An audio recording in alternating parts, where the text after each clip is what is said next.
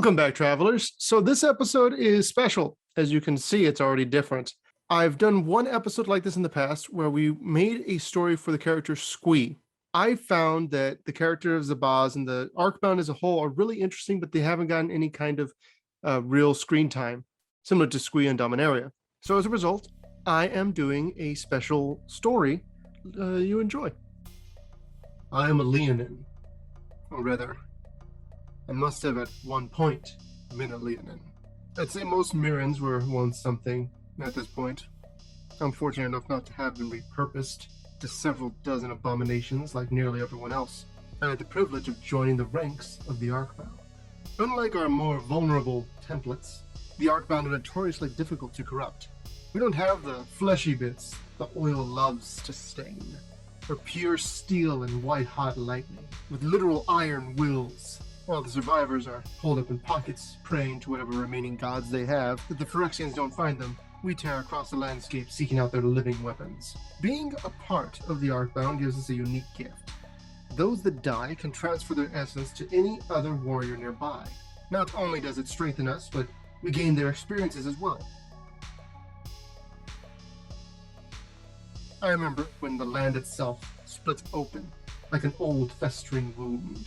We first encountered them on the razor grass, flare husks, sickle slicers, breaking through the earth and attempting an ambush. They were a small matter to dispatch, but we were shocked to see the blackened quicksilver sea. As we searched the lumen grid for survivors, we ran into a wider variety still. Mortar pods attempt to keep us away while strandwalkers and skin wings try to outflank us. It was then the stingers began to fall. They dropped in an oily rain, pecked out of the sky. As they fell, they passed their essence onto one of our greatest bruisers. While we successfully cleared out that group, we were forced to retreat when a massive gangly thing emerged from the murky quicksilver. Our hybrids and fiends were torn apart by necropouncers, but we escaped. That night, as we took stock of our forces and formulated a strategy for invading the Mephidros, our bruiser flew into a rage. Flesh had sprouted on its metal frame, attempting to knit the plates together, obscuring the energy coursing through it. Workers were tossed aside as though they were soot in the wind. Our best units banded together just to subdue the creature.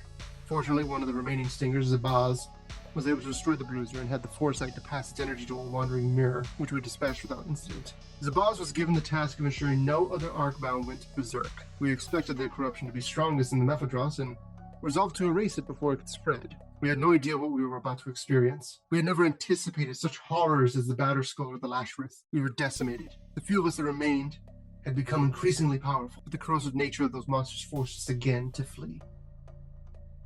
We found refuge in the occida chain. From there, we developed our strategy and performed our own variation of evolution. Instead of twisting others to fit our mold, we reforged ourselves into champions of each species of Mirrodin. We tested our blades against the terrors overrunning the Tangle until we felt prepared. Even the Bone Horde and Nettlecyst were overtaken by our Mousers and Slashers. It didn't take long for us to have several power depots carved out of the Phyrexian-controlled landscape. Even the Obliterator that terrorized our fleshy kin was a simple matter despite the losses. We felt prepared for the worst, and based off of the proliferation of creatures, Elesh Norn seemed our prime target. We mobilized and launched an assault on her horrid domain, right where we began. None of her minions could quell the rage with which we fought. Their oil hissed as we cut through with white-hot fury. Mere steps from the grand sanctum we saw her. The porcelain abomination's mere presence seemed to sap our strength. The weaker in our ranks collapsed where they stood. But despite this, their power still poured into us, and we fought with renewed vigor. She did not cower at our presence. She did not flinch when her javelineers pierced the bloody meat and sinew in her neck. She did not deign to even acknowledge us as a threat. If anything, she seemed to laugh as she turned away from us. Our pursuit was cut short as something new came into view. Something at once beautiful and irredeemably corrupted. We first recognized the helm. It glinted in the suns, while cavernous eyes leaked that oil. A whelp was first to attack, their flames bouncing uselessly against the shield.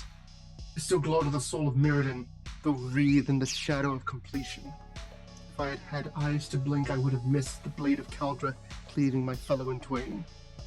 At once we steeled ourselves for an assault, but cauldron did not motion to us or display any ill intent.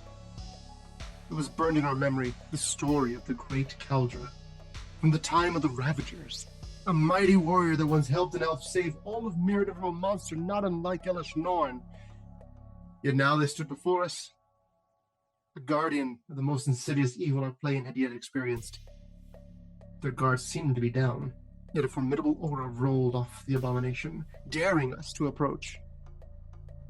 At this point, several of us realized that the whelp's energy had not returned to us. That blade had completely absorbed every facet of its being. We had never seen anything like this. Even as we surrounded it, it seemed to absorb every attack with ease, systematically and fluidly gliding its blade through the nearest living thing. Centuries of experience snuffed out of existence. Even Zabaz seemed powerless to save them all. This single being fought with such abandon, it inspired fear in even us. As I looked up at Zabaz, I realized that our only hope of victory lay in retreat. We fled the sanctum, finally understanding the dread of the rest of Mirrodin, the knowledge that we are finite, that we too will end and be reduced to a resource. Our very memory is discarded.